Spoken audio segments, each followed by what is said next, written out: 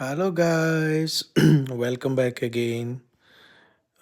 ഇന്ന് ഞാൻ ചെയ്യാൻ പോകുന്ന സംഭവം എന്താണെന്ന് നിങ്ങൾക്ക് ഇത് ചെയ്യുന്ന കാണുമ്പോൾ തന്നെ മനസ്സിലായി കാണും. പക്ഷേ ഇതൊരു ചെറിയ രൂപം, പക്ഷേ അതിൻ്റെ ഉള്ളിൽ ഒളിഞ്ഞിരിക്കുന്ന മഹത്തായ രുചിയുടെ ലോകം.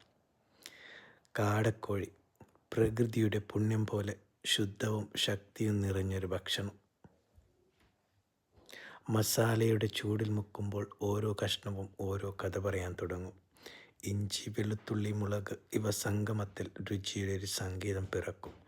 ചൂടായ എണ്ണയിൽ വീഴുമ്പോൾ അതിൻ്റെ മണവും സ്വാദും മനസ്സിനെ പിടിച്ചെടുക്കും.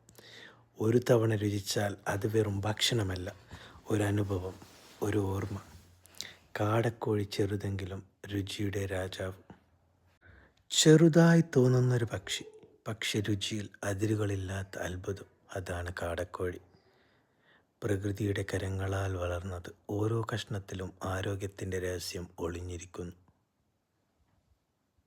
പോഷകങ്ങളാൽ സമ്പന്നം, ശരീരത്തിന് ശക്തി നൽകുന്നൊരു സമ്മാനം. വീണ്ടും നമ്മളുടെ ആ കാടക്കോഴി മസാലയിൽ ഇങ്ങനെ മുക്കിയെടുക്കുമ്പോൾ അതിൻ്റെ മണം എൻ്റെ മൂക്കിലേക്ക് ഇങ്ങനെ അടിക്കുകയാണ്. കാടക്കോഴിയുടെ പ്രത്യേകത, നമ്മുടെ നാട്ടിൽ ഈ ഇപ്പോഴുള്ള മിക്ക കല്യാണ വീടുകളിലും ഫങ്ഷൻ വീടുകളിലും കാടക്കോഴി പൊരിച്ചത് ഒരു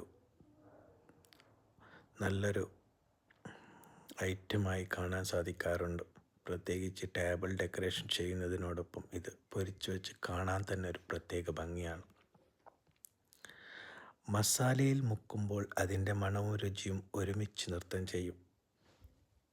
ചൂടായ പാനിൽ വീഴുമ്പോൾ അതൊരു സംഗീതമായി മാറും. ഒരിക്കൽ രുചിച്ചാൽ മറക്കാനാവാത്തൊരു അനുഭവം. ചോറിനൊപ്പവും ചപ്പാത്തിക്കൊപ്പവും എന്തിനോടും ചേർന്നാലും അതൊരു രാജാവാണ്. കാടക്കോഴി ചെറുതെങ്കിലും രുചിയുടെ ലോകത്ത് ഒരു വലിയ കഥ.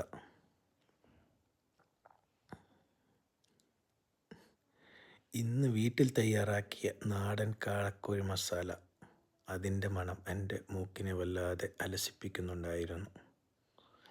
സ്വാദിൽ ചെറുതല്ല, സൂപ്പർ മാരിനേഷൻ സ്പൈസി മസാലയും ഇട്ട് ഞാനെങ്ങനെ കുഴച്ച് വറുത്തെടുത്ത മസാലയാണ് ചെയ്തത്. കുറച്ച് മുളക് പൊടി, മഞ്ഞൾപ്പൊടി, ഉപ്പ്, ഇഞ്ചി, വെളുത്തുള്ളി കുറച്ച് സമയം വെച്ചാൽ മസാല നന്നായി പിടിക്കും. പിന്നെ ചെറുതായി വറുത്ത് മസാലയുടെ കൂടെ മിക്സ് ചെയ്ത് കഴിച്ചാൽ വാവ്, ഒരു നാടൻ രുചി തന്നെ.